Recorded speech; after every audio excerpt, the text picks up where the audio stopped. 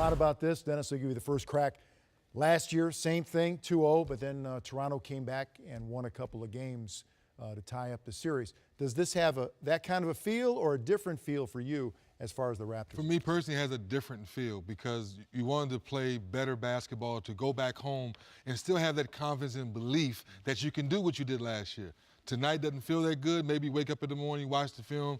To Coach Casey's point, that's what he's preaching. The guys, last year we didn't play well. First two games we came home, we got our crowd involved, and we played better basketball. But I will say this, DeMar DeRozan and Kyle Lowry have to play better basketball, period. Unacceptable from DeRozan with the 5 points in this one. Even though they were blitzing him, they were sending a lot of people his way. Sam, what are some of the boxes that Toronto's going to try to check, and what's Cleveland going to try to avoid for a slip-up? Well, I think Coach Casey said the best. The things that they can control, they got to get better at. 50-50 balls, their rotations, stopping penetration initially, moving the basketball, setting better screens. You know, all the little things that we consider little things, but are really big things that make the game complete.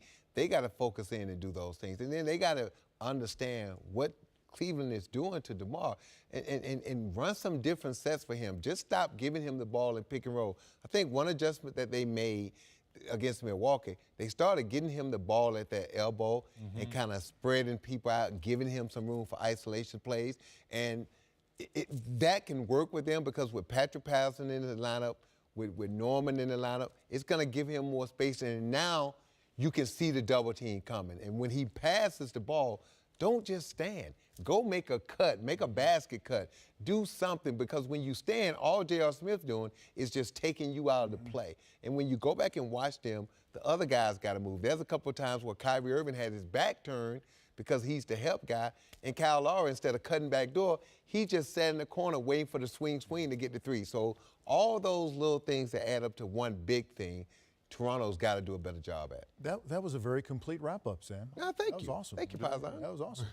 That's a Coach of the Year wrap-up. Appreciate it. But then the unnknown factor is Kyle Lowry's left ankle as well, which he said was sore after the game. He's playing. Look, his game. Oh, no, he'll go. The fact that he came back and he ran around a little bit, he'll be fine. All right. Well, that's Friday, Game 3 up in Toronto.